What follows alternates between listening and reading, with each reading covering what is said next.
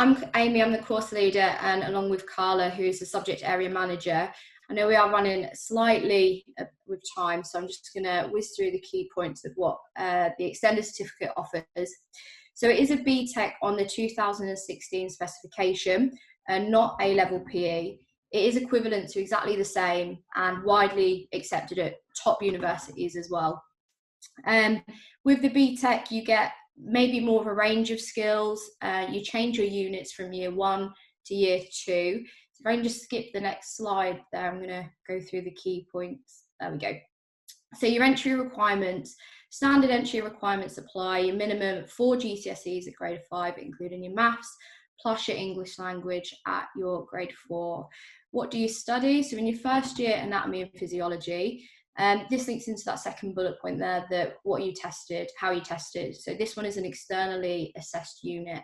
You'll learn all about the body, the adaptations. We are very fortunate enough that we get to use the science laboratories to do heart and lung dissections. And you will also do practical sports performance. One of the biggest questions we get asked is there practical involved in the course? And yes, there is. So as part of that course, you will get a percentage will be practical, and you get based assessed on your practical performance as well, looking at different technologies on how to analyse performance, which is a really fun unit. In your second year of study, you will then change your units, which is different to most A-levels. So you will start fresh. And you will start fitness training and programming, which is looking at fitness testing equipment. You get a case scenario and apply your knowledge to each question, which I'll look into.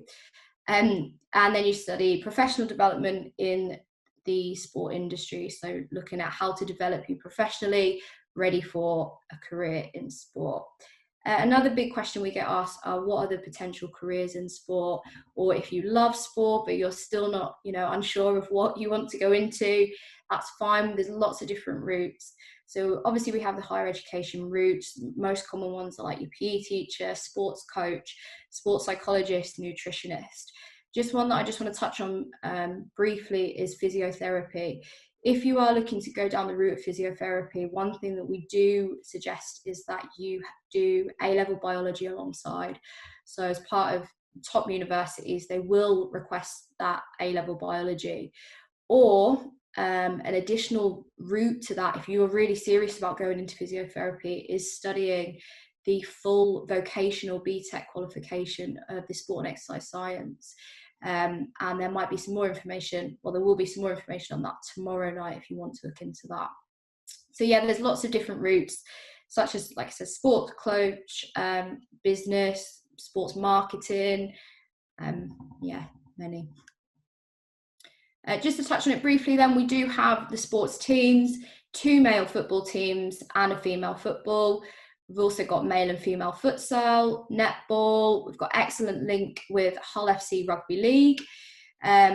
We have all teams have timetable training, but it is to note on this year that all, even if you're not wanting to do sport as a subject, you will have an opportunity to play for a sports team. So you will have Wednesday afternoons off to play. And it's really good for social events as well, and good to meet people. So if you are studying A-levels and you are dotted around, you might be studying sport alongside English, etc. It's really good to come together and meet new people. Good way of making friends. And then just to come in and speak a little bit about the department as a whole and what other opportunities you might have access to if you do study the extended certificate. So as part of the course, you'd have access to state-of-the-art equipment and facilities. So we have a gym at the college which is usable by all students. And as part of your qualification, you'd use this for fitness testing, anything to do with kind of testing yourself, testing others in your class as well. So we have access to the gym and facilities around that. We do run extensive trips and visits, so a big part of the extended certificate qualification is an overnight residential. Now, obviously, at the moment, COVID-19 permitting, that is something that we're debating about running, but if we can't do it in the first year, we potentially would run it in the second year. And we also try and build in extensive trips and visits as part of that as well. We also have an annual Sports Awards celebration evening, which celebrates the achievements of all our sports teams throughout the year, and we hand out different awards to each of those teams, along with Team of the Year and Sports Personality of the Year.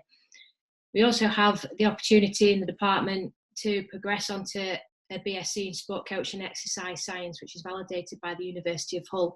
So if you weren't planning on attending a different university in the country, then that is also an option for students that study on both A-level and vocational qualifications within the college.